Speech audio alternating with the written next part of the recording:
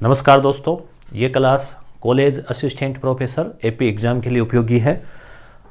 Economic वाला part हम देखेंगे। इसमें 7 तारीख को आपकी परीक्षा है। तो ये नोट्स मैंने जो बनाए थे इकोनॉमिक सर्वे से, ये पहले हालांकि करवा रखे हैं, मगर थोड़ा सा रिवीजन आपको करवा देंगे और एपी एग्ज़ाम के अकॉर्डिंग जो इम्पोर्टेंट है उसके अनुसार। इसमें हालांकि सारे ही इम्पोर्टेंट ही है। 76 पेज है, 76 पेज की PDF है, जिसमें 51 पेज तो हाथ से बने हुए नोट्स हैं और बाकी जैसे जो इस टाइप के पेज है या जो डायग्राम वगैरह है उनको मिलाकर है। चलिए हम इसको शुरू करेंगे, आधे पार्ट से शुरू करेंगे इसको। हम लास्ट से देखेंगे इसको। लास्ट से इसीलिए कि शुरुआत के जो डाटा है ना थोड़े से बोरिंग है, हालांकि वो देख रखे हैं, पर इम्पोर्टेंट भी है। लास्ट वाले जो डाटा है ना वो भी इम्पोर्टेंट है। अभी जो RS प्री वाला एग्ज़ाम हुआ था ना, उसमें आप देखना, बड़े आश्चर्य की बात है। आश्चर्य तो क्या है कि वो बनाते हैं क्वेश्चन, आश्चर्य वाली कोई बात नहीं है। मतलब जैसे ये पेज मैंने कल गिने थे, लास्ट के 11 पेज में से 13 14 सवाल आए हैं, ऐसा कुछ था। मतलब पेज से भी ज़्यादा सवाल आए, एक पेज से 2 3 3 सवाल जो पूछे गए हैं। तो अभी हम इसको देखेंगे। तो SDG इंडेक्स, ये आपको पता होगा, सस्टेनेबल डेवलपमेंट जो गोल है, जो UN ने जारी किया था 2015 में। उसने 17 जो गोल है, 17 लक्ष्य है वो जारी किए थे और ये कहा था कि 15 दूनी 30, कि 2030 तक इन लक्ष्यों को हमें हासिल कर लेना है। ये लक्ष्य क्या है? यही भूखमरी, गरीबी, बेरोजगारी, इन सब को मिटाना, शिक्षा को बढ़ाना वगैरह वगैरह। तो ये भारत में जो है नीति आयोग इनकी निगरानी करता है, देखता है कि क्या रहा, कौन सा राज्य जो है वो अव्वल है, राज्य के अंदर जिले जो है वो कौन कौन से अव्वल है, ये सब चीज़ें देखी जाती है। तो इसका जो वर्जन 2022 में वर्जन आया तीसरा 3.0। तो तीसरा जो वर्जन है यानी SDG 3 के अनुसार कौन सा जिला 1 नंबर पे है? तो 1 नंबर पे जो है ना इसके अच्छे कार्य में जयपुर है। इसमें 1 नंबर पे जयपुर है और सबसे लास्ट में जो है वो है 12। देखो यहाँ पे रेड भी किया हुआ है, इसका 100 स्कोर जो है वो 46 ही है। तो ये चीज़ आप एक ध्यान में रखें। अब इसमें क्या है, इसमें SDG 4 भी आ गया। SDG जो है उसका 4.0। इसमें जो है वो सिक्कर जो है वो फर्स्ट है, ध्यान रखना, सिक्कर। और सिक्कर का स्कोर है 65.92, यानी जयपुर का 64 था पिछली बार, अब की बार सिक्कर आ गया फर्स्ट पे। ठीक है, तो हो सकता है वो 3 का पूछ लें, हो सकता है वो 4 का भी पूछ लें। और 2 नंबर पे आप फिर कंफ्यूजन हो जाओगे ज़्यादा याद रखने से, JJN। 3 नंबर पे नागौर और सबसे लास्ट में जो है इसमें जैसलमेर है, लास्ट में जैसलमेर। अब यहाँ पे क्या बात आई कि SDG 3 के अनुसार तो जयपुर फर्स्ट, 12 लास्ट। SDG 4 के अनुसार सिक्कर फर्स्ट, जैसलमेर लास्ट। ठीक है, पिछली बार इधर वाला कोना लास्ट था, अब की बार इधर वाला कोना लास्ट है। पहले जयपुर फर्स्ट था, अब जयपुर के पास ये सिक्कर है वो फर्स्ट है। क्लियर? इतना आप याद रख लेना। अब देखो ये इंडेक्स दी हुई है कि स्कोर क्या क्या रहा। जैसे जयपुर है उसका ये 64.68 था। इकोनॉमिक जो सर्वे है उसमें भी 2022 वाला ही दे रखा है, बाकी करंट अफेयर की किताबों में बाद का और आ गया। इकोनॉमिक सर्वे तो पिछले मार्च में जारी हुआ था, 2023 में मार्च में जारी हुआ था, और उसमें घटनाएं हैं मार्च से पहले की, यानी 2022 वर्ष की पूरी घटनाएं हैं। फरवरी तक का मान लो, उसमें फरवरी 2023 तक की घटनाएं हैं। तो ज़्यादातर वर्ष 2022 का ही कवर किया हुआ है। आप कहेंगे अब तो चॉइस आ गया, चॉइस भले ही आ जाओ, परंतु जो सरकार ने डाटा जारी किए वो तो वही है अभी तक। तो बहुत सारी चीज़ें तो वहीं से पूछी जाएगी, बाकी करंट अफेयर के अनुसार भी आपको अपडेट रहना है। ये भी याद रखना है। राजस्थान का स्कोर 57 रहा। आगे हम चलते हैं। ये देखो, जैसे SDG को अर्जित करने के लिए किए गए प्रयास, मतलब राजस्थान ने क्या क्या प्रयास किए। जैसे SDG क्रियान्वयन केंद्र खोला है, क्वेश्चन भी यहाँ से बन सकता है। विभागों की मैपिंग की है। जिला स्तरीय मॉनिटरिंग समिति जो है जिला कलेक्टर की अध्यक्षता में रखी है, तभी तो हर जिले के डाटा आ रहे हैं। बजट प्रावधान में इसका रखा है। राज्य स्तरीय क्रियान्वयन समिति रखी है। कार्यशालाएं रखी है। स्टेट की रिपोर्ट रखी है। राज्य संकेतक फ्रेमवर्क रखे हैं। जिला संकेतक फ्रेमवर्क भी रखे हैं। राज्य का फ्रेमवर्क है। राजस्थान का स्कोर अभी हमने देखा कितना था, 57, और जिलों का भी स्कोर है। तो यहाँ से क्वेश्चन बन सकता है कौन सा सत्य है या कौन सा सत्य नहीं है। ठीक है। अगली बात, ये वो 17 लक्ष्य है। आप कहेंगे 17 कहाँ है, तो 16 दे रखा है। देखो SDG इंडिया में गोलवार स्कोर, तो जैसे पहला लक्ष्य 17 लक्ष्य में क्या क्या है, केवल नज़र डाल लो आप, है ना, याद रखने की आवश्यकता नहीं, नज़र डाल लो। जैसे कि एक तो गरीबी का अंत, तो गरीबी, भूखमरी, आरोग्य, शिक्षा, लैंगिक समानता, शुद्ध जल, ये भी लक्ष्य है। किफ़ायती ऊर्जा, कि भाई सभी देश, विश्व के सभी देश किफ़ायती ऊर्जा यानी कि स्वच्छ ऊर्जा को काम में लें।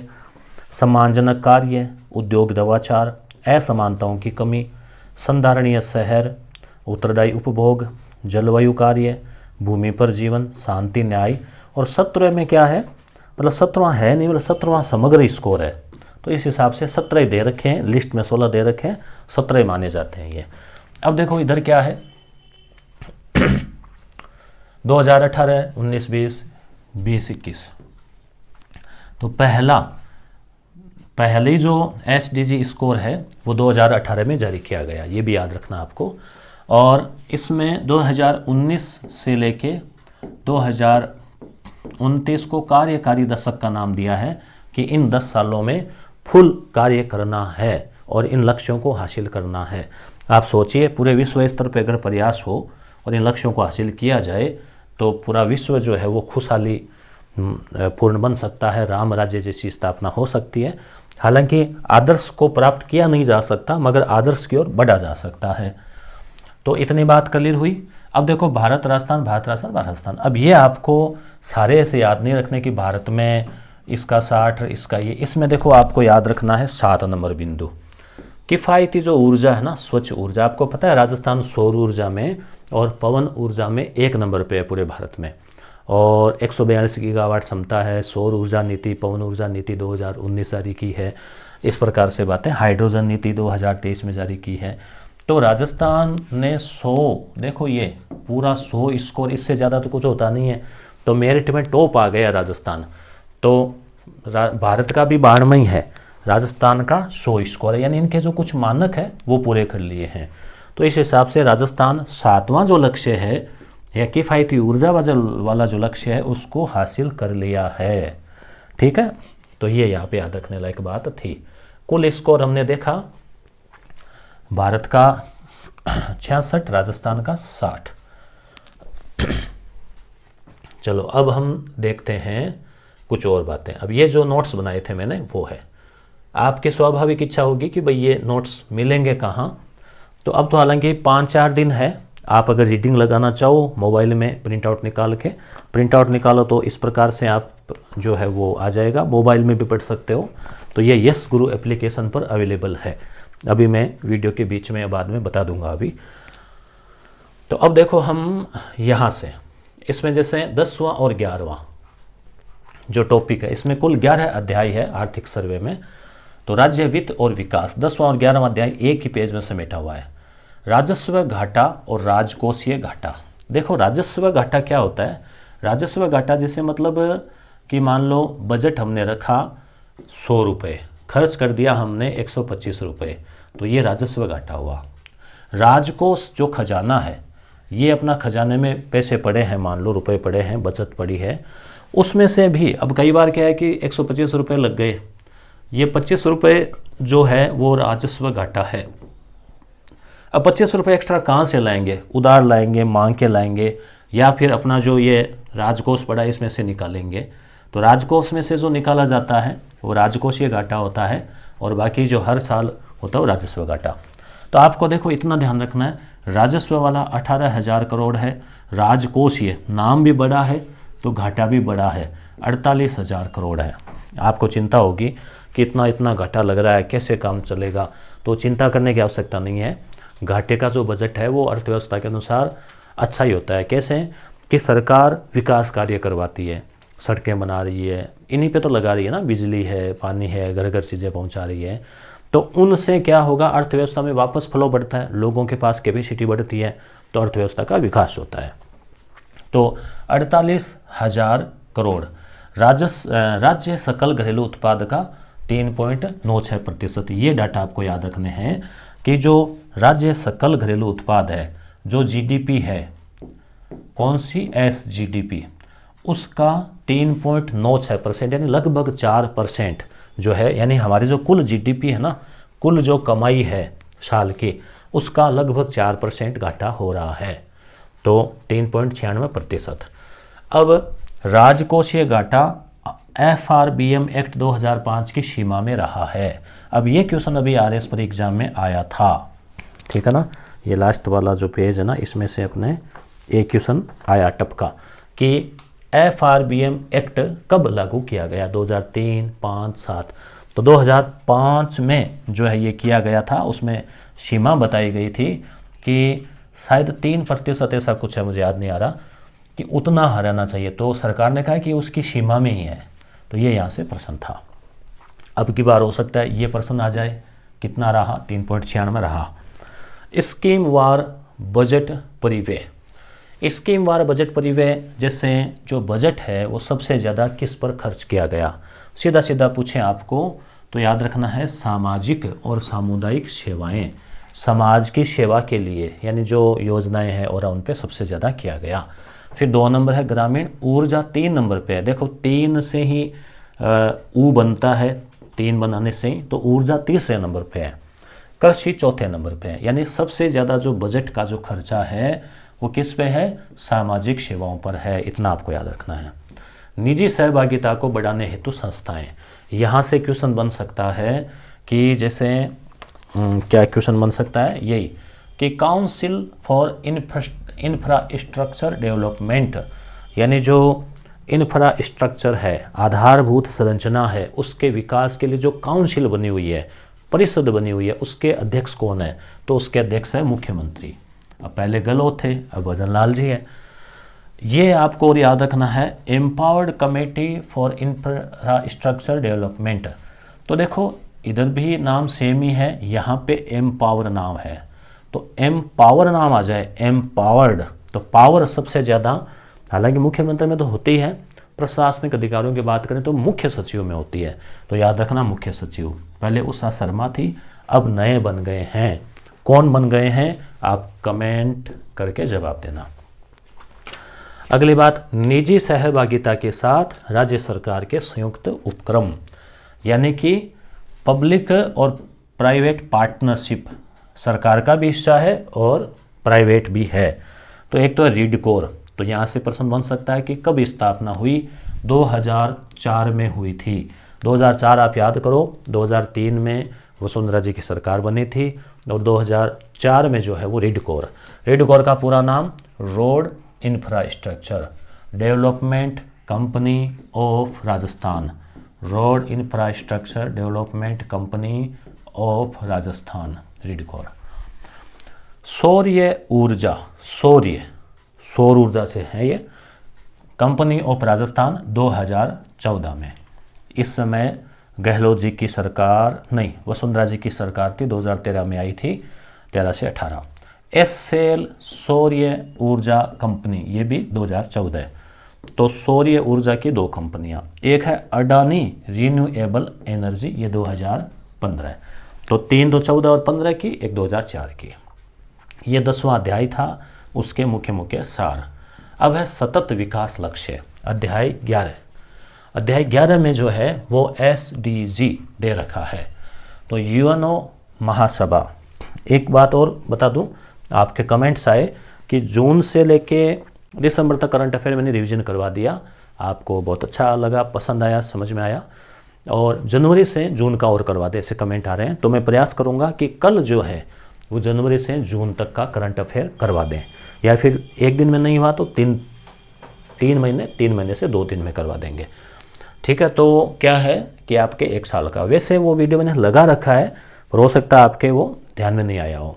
करंट अफेयर के भी टेस्ट सीरीज और नोट्स यस गुरु एप्लीकेशन पर उपलब्ध है, थोड़ा बहुत है उसमें गुरु दक्षिणा और वो उसके साथ सतत विकास लक्ष्य SDG। ठीक है, SDG। अब आपको थोड़ा सा ये भी बता देते हैं, ऑफर के बारे में बता देते हैं आपको भी। देखो जैसे 2024 आ गया है तो इसकी आपको शुभकामनाएं। मैंने एक वीडियो भी बनाया है, वो आप ज़रूर देखना, उसमें काफ़ी कुछ चर्चाएं की हैं 2024 की।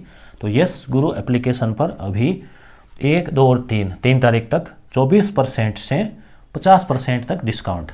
अपने वैसे भी देखो उसमें जो दरें हैं वो सामान्य ही रहती है, मगर फिर भी जैसे स्कूल व्याख्याता की टेस्ट सीरीज और जो बेसिक जो जीके की टेस्ट सीरीज, अमृत अभ्यास, RPSC के ओल्ड क्वेश्चन, RSMB के ओल्ड क्वेश्चन, नेट पेपर, उन पर जो है किसी पे 24 से लेकर 50% तक डिस्काउंट है।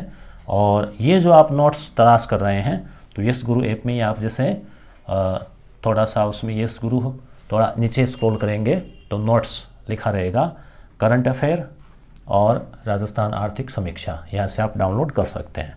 ठीक है, वापस आ जाते हैं अपने मुद्दे पे। तो योनो महासभा ने 2015 में 17 लक्ष्य घोषित किए, 169 टारगेट है, ये भी आपको याद रखना है। 13 गुणा 13 का वर्ग होता है ना 169, तो ये टारगेट है और 2030 तक हासिल करने हैं। 248 संकेतक है, ये भी याद रखना आपको, संकेतक। 5 P भी है इसमें, 5P, मतलब क्या है इनमें 5P कि पीपल यानी लोग। ठीक है, तो इस पेज में इतने, ये एक क्वेश्चन आए थे इस पेज से। तो पीपल, प्रॉस्पेरिटी समृद्धि, प्लानेट ग्रह, पार्टनरशिप भागीदारी और पीस। देखो लोग जो है, पीपल जो है वो प्लानेट्स ग्रह पर अगर पीस शांति से रहेंगे और पार्टनरशिप से भागीदारी से रहेंगे तो क्या होगा, प्रॉस्पेरिटी आएगी। तो 5P आप याद रखें। और इसके बाद में है कार्यवाही दशक 2019 से 29 तक का। इसमें वैश्विक स्तर पर कार्यवाही होगी, स्थानीय स्तर पर कार्यवाही और आमजन स्तर पर कार्यवाही। कार्यवाही का मतलब वास्तव में काम करना है इन लक्ष्यों पर। नीति आयोग जो है भारत में SDG क्रियान्वयन का ये संस्था है और ये इंडेक्स भी जारी करती है, जैसे 3.0, 4.0। 2018 में पहला इंडेक्स जारी किया, 2022 में तीसरा और फिर 23 में चौथा। SDG इंडेक्स 3.0 में भारत का स्कोर 66 है, राजस्थान का स्कोर 60 है। ठीक है, राजस्थान का जो 7वां लक्ष्य है, जो अभी हमने देखा था लिस्ट में, किफ़ायती और स्वच्छ ऊर्जा, उसमें 100 में से 100 स्कोर है। सौर ऊर्जा पर प्रभावी प्रगति की है। अब राजस्थान का स्कोर 60 है, इसका मतलब वो परफॉर्मर श्रेणी में है। इनकी श्रेणियां बनी हुई है, तो परफॉर्मर यानी कि फर्स्ट डिवीज़न आ गई है, यानी कि अच्छी स्थिति में है परफॉर्मर। जयपुर का 64 है, नागौर 2 नंबर पे, सबसे लास्ट में 12। यानी हमने देखा कि जो 30 है उसमें जयपुर फर्स्ट है और 12 लास्ट है, और जो 40 है चौथा जो इंडेक्स है अभी जो जारी हुआ, उसमें जयपुर के पास ये सिक्कर है ना, तो सिक्कर फर्स्ट है और जैसलमेर लास्ट है। ये 2 डाटा आप जरूर दिमाग में फिट रखना। 33वां ये 46 स्कोर था 12 का, तो वो एस्पिरेंट में आता है। एस्पिरेंट मतलब आकांक्षी, कि अभी उसको बहुत आगे बढ़ना है, अभी बहुत सुधार करना है। आयोजना विभाग इसका नोडल है, आयोजना विभाग इसका नोडल विभाग है। मॉनिटरिंग समिति का अध्यक्ष मुख्य सचिव होता है, ध्यान रखना। जैसे ऐसे छोटे छोटे प्रश्न वैसे इजी है पर समझना है। मान लो आ जाए मुख्य सचिव है, मुख्यमंत्री है, कौन सा मॉनिटरिंग, SDG की जो मॉनिटरिंग है उसके मुख्य सचिव जो है वो इसके अध्यक्ष होते हैं। तो हमने 2 अध्याय देख लिए, 10 और 11। अब हम देखते हैं कुछ और चीज़ें। 9वां अध्याय में ये क्या है, कार्यान्वित और चालू बाह्य सहायता प्राप्त परियोजनाओं की वित्तीय स्थिति। तो यहाँ पे जैसे परियोजना का नाम है और वो सहायता प्राप्त है बाहर से, तो इसमें लिखा हुआ देखो, उधर वाले डाटा काम के नहीं है, मतलब ये तो अपने को इतना याद नहीं रखना। यहाँ से क्वेश्चन आया था आरएस प्री एग्जाम में, और कॉलेज असिस्टेंट वाला भी आरएस के लेवल का एक कठिन पेपर आएगा। तो यहाँ पे देखो, राजस्थान शहरी क्षेत्र विकास कार्यक्रम, तो ये किसके सहयोग से? एडीबी, एशियन डेवलपमेंट बैंक, एशियाई विकास बैंक, जो इसका जो मुख्यालय वो मनीला में है, मनीला, ठीक है। तो एशियाई विकास बैंक मनीला में है। तो यहाँ पे जो है प्रश्न ये बनता है कि शहरी क्षेत्र विकास कार्यक्रम किसके सहयोग से चल रहा है? तो एडीबी। अब आप कैसे प्रश्न बनते हैं इसमें से?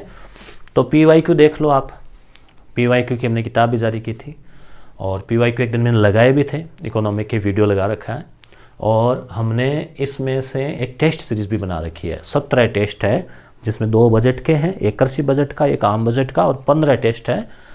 इसमें से 17 टेस्ट है, वो भी यस गुरु ऐप पर है, एक और सर्वे के टेस्ट सीरीज। अब समय कम है, देख लो, आपके पास आप निकाल सको तो ले लेना समय। राजस्थान मध्यम नगरीय क्षेत्र विकास परियोजना एडीबी, राज्य राजमार्ग निवेश कार्यक्रम परियोजना एडीबी। ये प्रश्न आया था परीक्षा में, राज्य राजमार्ग निवेश कार्यक्रम। तो राज्य राजमार्ग निवेश नाम आ जाए ना तो एडीबी है, राज्य निवेश कार्यक्रम परियोजना 1 और 2 एडीबी। और राजस्थान राज्य राजमार्ग विकास नाम आ जाए, विकास कार्यक्रम, तो इसमें विश्व बैंक है। तो वहाँ पे ये नाम था योजना का, ऑप्शन में एडीबी था, विश्व बैंक भी था। तो विकास का नाम आए तो विश्व बैंक वी, और निवेश का नाम आए तो एडीबी। क्लियर? और आजीविका का नाम आ जाए तो वो जाइका, आजीविका जाइका। जाइका क्या है? जापान की इंटरनेशनल कंपनी है, वो कॉरपोरेशन के लिए। रेगिस्तान क्षेत्र का नाम आए तो एडीबी है, और सार्वजनिक वित्तीय प्रबंधन का नाम आए तो विश्व बैंक है। देखो, विश्व बैंक वी मतलब विकास, और वी वित्त प्रबंधन वी तो विश्व बैंक, बस 2 में विश्व बैंक है, बाकी में एडीबी है। आजीविका में जाइका है, जलापूर्ति, इसमें भी जाइका है। जापान वाले क्या करते हैं? अपने यहाँ पर्यावरण और उनके लिए काम कर रहे हैं। बांध और पुनर्वास में विश्व बैंक है। तो 3 जगह विश्व बैंक है। विकास का नाम आए तो विश्व बैंक, वित्त प्रबंधन का नाम आए तो विश्व बैंक, और पुनर्वास का नाम आए, वैसे भी ये पुनर्वास का है तो काम करती है विश्व बैंक, वो खिड़की है ना विकास की, ऐसे बोलते हैं इसको। तो ये 3 नाम है विश्व बैंक है, 2 जाइका, यानी एक तो वो आजीविका और एक जल क्षेत्र, तो इनमें है जाइका, और बाकी में एडीबी है। ठीक है, निवेश में एडीबी है। क्लियर? तो यहाँ से भी क्वेश्चन पुनः बन सकता है। अगली बात, पालनहार योजना, तो ये तो आपने पढ़ रखा है जीके में, इसमें डिटेल मैंने आपके साथ में जोड़ दी थी।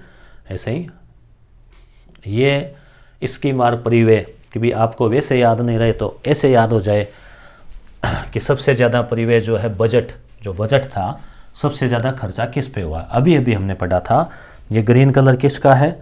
ग्रामीण विकास। यहाँ पे देखो सामाजिक और सामुदायिक सेवाएं, तो सबसे ज़्यादा जो खर्च है वो किस पर हुआ है? सामाजिक और सामुदायिक सेवाओं पर हुआ है। 2 नंबर क्या रहा? 2 नंबर का, 2 नंबर पे देखिए ये 16 है, 2 नंबर पे लाल कलर, तो 2 नंबर पे ग्रामीण विकास। ऊर्जा 3 नंबर पे, हमने जैसे लिखा था ना 3, तो इस प्रकार से आपको 1 नंबर याद रखना, सामाजिक। ठीक है, सामाजिक सेवाएं।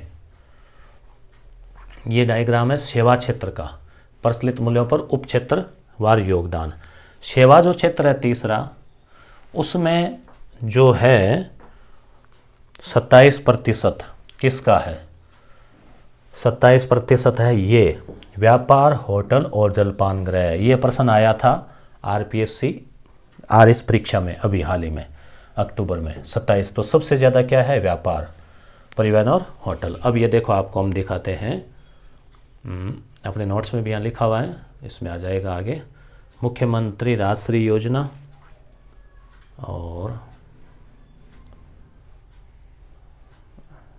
ये सामाजिक सेवाएं। ठीक है, तो इसमें जो है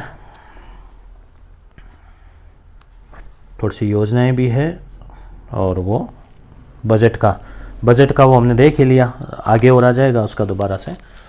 तो इसमें यहाँ से भी क्वेश्चन आया था, ये मातृवंदना। तो देखो जल जीवन मिशन, ये याद रखना, जल जीवन मिशन। तो ये क्या है, घरों में नल कनेक्शन के लिए 2019 में चलाया था, केंद्र सरकार की योजना है। प्रत्येक ग्रामीण परिवार तक नल का कनेक्शन जो है वो किया जाएगा। तो इसमें क्या है, ग्रामीण परिवार याद रखना।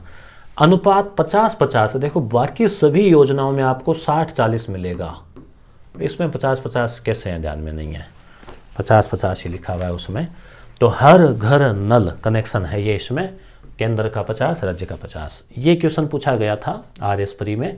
मातृवंदना योजना, प्रधानमंत्री, देखो मातृवंदना नाम से पता चल रहा है योजना किस चीज़ से संबंधित है। तो गर्भवती और धात्री महिलाओं और शिशुओं, उसमें बाकायदा 0 से 6 माह से दे रखा था कि 6 माह तक का जो शिशु है उसका और माता का कल्याण हो, इसके लिए स्वास्थ्य में सुधार हो, इसके लिए सरकार क्या करेगी, 5,000 रुपये दे रही है, ताकि वो खान पान जो है वो कर सके, चाहे घी हो, अजवान हो, लड्डू बनाने हो। तो 5,000 जो है वो 3 किस्तों में एक साथ आ जाए ना, तो हो सकता है फिर घर वाले दूसरे काम में ले लें। तो 1,000 रुपये, फिर 2,000, और पहले वाले लड्डू खा लिए तो फिर 2,000 ऐसे। तो 5,000 रुपये जो है वो मातृवंदना से। नंद घर योजना, ये नंद घर आंगनबाड़ी से संबंधित है, ठीक है। तो जन सहभागिता से, जन सहभागिता का मतलब जनता का सहयोग लेकर जो है उसमें वो किया जाएगा, ठीक है। आंगनबाड़ी केंद्रों पर ये बनेंगे। One nation one ration card, मतलब एक देश है तो एक ही राशन कार्ड हो। नहीं तो क्या था, अब राजस्थान का कोई मान लो मजदूर है या कोई परिवार है, वो यूपी काम कर रहा है, या मान लो दिल्ली रह रहा है, या मान लो बेंगलोर रह रहा है, अब वो राशन यहाँ रह गया, वहाँ उसको फ़ायदा मिल नहीं रहा, तो कहा कि राशन कार्ड वहाँ भी चलेगा, राजस्थान वाला भी वहाँ चलेगा। तो मतलब राष्ट्रीय स्तर पर राशन पोर्टेबिलिटी, जैसे सिम का कर दिया ना कि नंबर वो ही रहते हैं, कंपनी दूसरी बदल सकते हैं, वैसे ही आपका राशन कार्ड जो है, राजस्थान में तो जन आधार को राशन मान लिया, राशन कार्ड मान लिया, उससे ही राशन मिल जाता है, और अब पूरे भारत में आप कहीं पर भी उस राशन कार्ड को चला सकते हो। उपभोक्ता संरक्षण अधिनियम 2019 में नया बन गया है, जबकि पहले वाला जो है वो शायद 1986 है, तो 19। अंबेडकर DBT वाउचर योजना, ये क्या है, तो बाबा साहब के नाम से है, तो सीधा सा है कि जो अनुसूचित जाति, जनजाति और आरक्षित सभी के लिए कौन से DBT वाउचर, वाउचर में क्या होता है, उनको कूपन देते हैं, DBT में डायरेक्ट बेनिफिट, सीधा उनके खाते में पैसे आते हैं। तो ये किन के लिए है, कॉलेज में पढ़ने वाले विद्यार्थियों के लिए है, कि अगर वो कहीं बाहर रह रहे हैं, कमरा किराया है, तो 2,000 रुपये महीने के हिसाब से उनको मिलेंगे, 10 महीने के मिलेंगे, क्योंकि कॉलेज भी तो 12 महीने थोड़ी चलती है, छुट्टियाँ हो जाती है ना फिर। मुख्यमंत्री कन्यादान योजना, तो ये कन्यादान यानी विवाह जब करते हैं कोई परिवार के लोग आरक्षित वर्ग के, तो उनको कन्या के विवाह पर 31,000 रुपये सरकार उपहार, उपहार का मतलब ये नहीं कि कोई अलमारी को सोफा ला के देती है, उपहार का मतलब 31,000 रुपये देती है, वो एज उपहार के रूप में है सरकार की ओर से। इंदिरा गांधी राष्ट्रीय वृद्धावस्था योजना 2007 से, वृद्धावस्था योजना, जबकि मुख्यमंत्री वृद्धावस्था सम्मान पेंशन योजना, ये अपने राजस्थान स्तर की है। वृद्धावस्था के सम्मान के लिए कि भाई बूढ़ा हो गया तो उसके सम्मान के लिए उसको पेंशन खर्चा मिले। तो इसमें आयु क्या है, पुरुष की है 58 वर्ष, याद रखना ये 60 साल तो रिटायरमेंट की है, पर वो कोई सरकारी नौकरी से रिटायर थोड़ी हो रहे हैं, तो वैसे ही मान लो 58 साल के हो गए कोई व्यक्ति, सरकारी को तो सरकार अलग से देती है पेंशन, तो ये वो 1,000 रुपये वाला है, तो 58, और महिला की है 55, 3 साल और कम, न्यूनतम 1,000 रुपये। अब इसमें क्या कर दिया था, 15% की वृद्धि, जनवरी में 10% और जुलाई में 5%। डॉक्टर सविताबेन अंबेडकर अंतर्जातीय विवाह है, इसमें क्या है, इसमें जो है वो स्वर्ण हिंदू और अनुसूचित जाति के बीच विवाह होने पर पहले 5 लाख रुपए थे, अब 10 लाख कर दिए हैं। उद्देश्य क्या है, अस्पृश्यता निवारण। नवजीवन योजना, अवैध शराब निर्माण में लगे लोगों के पुनर्वास के लिए। विधवा विवाह उपहार योजना, कि अगर कोई विधवा महिला पुनः विवाह करती है तो सरकार उसको उपहार के रूप में 51,000 रुपये की सहायता देती है। मुख्यमंत्री अनुप्रति कोचिंग योजना, अब ये क्या कर दिया आजकल, पहले अनुप्रति योजना में रुपए मिलते थे 50,000, 1,00,000, अब का कोचिंग फ्री कर लो। रुपए तो कई बार क्या होता है दूसरे काम में भी बरत लिए जाते हैं, यूज हो जाते हैं। तो पे लेवल 10 से ऊपर की जो नौकरियां हैं, यानी ग्रेड 3 से ऊपर की, उनके लिए कोचिंग जो है वो ले सकते हैं। 30,000 विद्यार्थी लाभान्वित होंगे, अब शायद ज़्यादा कर दिए, 50 कर दिए होंगे। विशेष योग्यजन को, जो विशेष योग्यजन है, दिव्यांगजन है, उनको पदोन्नति में आरक्षण। पदोन्नति का मतलब वो नौकरी कर रहे हैं, नौकरी से जब प्रमोशन होता है नौकरी में, तो एक तो सामान्य व्यक्ति है उसका प्रमोशन होगा, और एक दिव्यांग है, तो उनमें उनको 4% अलग से कर दिया कि 4%, मतलब 100 पोस्ट में से 4% उनको लेंगे, तो 4% प्रमोशन में आरक्षण है। 5 वर्ष की आयु सीमा में भी छूट दे रखी है। और मुख्यमंत्री राजश्री महिला योजना, इस पेज से भी आया था क्या क्वेश्चन, तो हाँ, इंदिरा महिला शक्ति वाला आया था। नहीं, हर पेज से क्वेश्चन, और एक पेज से तो 3-3 क्वेश्चन आगे हम देखेंगे। मुख्यमंत्री राजश्री, तो इसमें क्या है, ये पहले की योजना है 2016 की, वसुंधरा जी उस समय मुख्यमंत्री थे, महिला सशक्तिकरण के लिए राजश्री और लैंगिक समानता के लिए। इसमें क्या था कि कोई जून 2016 के बाद कोई बालिका जन्म लेती है तो उसको, मतलब उसके परिवार वालों को, यानी उसकी माता को 6 किस्तों में कुल 50,000 रुपये मिलेंगे। देखो, अच्छी योजना थी कि कोई भी बालिका जन्म लेती है, इसमें यही है, या कुछ शर्तें भी होगी, हो सकता है इसको डीप से पढ़े तो पता चले कि भाई BPL है क्या है। तो 6 किस्तों में 50,000 रुपये, उसमें शायद किस्त थी 11,000, फिर 5,000, ऐसे, फिर वो एडमिशन लेती है स्कूल में तो फिर 5,000, ऐसे कुछ था। ऐसा नहीं कि एक बार में दे दिए, ताकि वो मतलब जुड़े रहें उससे, पढ़ाई से और से। इंदिरा महिला शक्ति उड़ान योजना, तो ये भी अपने ये RS पर एग्जाम में भी पूछा गया था। तो ये तो हम पढ़ते ही आ रहे हैं कि प्रति माह 12, इसमें जो सैनिटरी नैपकिन है प्रति माह ये निःशुल्क दिए जाते हैं। जेंडर प्रकोष्ठ, बजट प्रणाली में जेंडर अवधारणा, यानी कि जेंडर संवेदनशीलता, यानी कि महिलाओं आदि के लिए विशेष योजनाएं चलाने के लिए। अमृता हाट क्या है, महिला स्वयं सहायता समूह के द्वारा निर्मित है। इंदिरा महिला शक्ति निधि 1,000 करोड़ रुपए से सरकार ने बनाया है कोष। जागृति बैक टू वर्क योजना, ये 19 या 20 में चलाई थी अशोक गहलोत मुख्यमंत्री जी के समय, कि जो महिलाएं काम धंधा, कोई नौकरी, कोई सर्विस छोड़ चुकी है, सरकारी नहीं प्राइवेट, तो वो फिर उनको कोरोना के बाद में, आपको पता है एक नया आया कि वर्क फ्रॉम होम, तो वर्क फ्रॉम होम से पुनः रोजगार उनको देने के लिए एक जागृति योजना चलाई। मुख्यमंत्री work from home job work, कुछ अलग से ऐसे कार्य जो घर बैठे किए जा सकते हैं, वो भी एक योजना चलाई। 20 सूत्री कार्यक्रम वैसे तो चल रहा है 1975 से, विश्व का बोलते हैं उसको, पर 2006 में इसको पुनः संरचित किया गया। राष्ट्रीय ग्रामीण आजीविका मिशन 1 अप्रैल 2013, ग्रामीण आजीविका। 2013 में खाद्य सुरक्षा कानून भी लागू हुआ था। दीनदयाल उपाध्याय ग्रामीण जीवन ज्योति योजना, तो ये केंद्र सरकार के गाँव के विद्युतीकरण हेतु है। ये दीनदयाल उपाध्याय ग्रामीण जीवन ज्योति जो योजना है वो गाँव के सुदृढ़ीकरण के लिए है। ये हमने यहाँ पे देख ही लिया।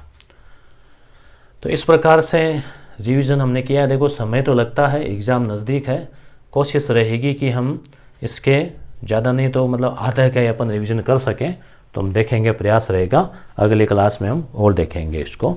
धन्यवाद।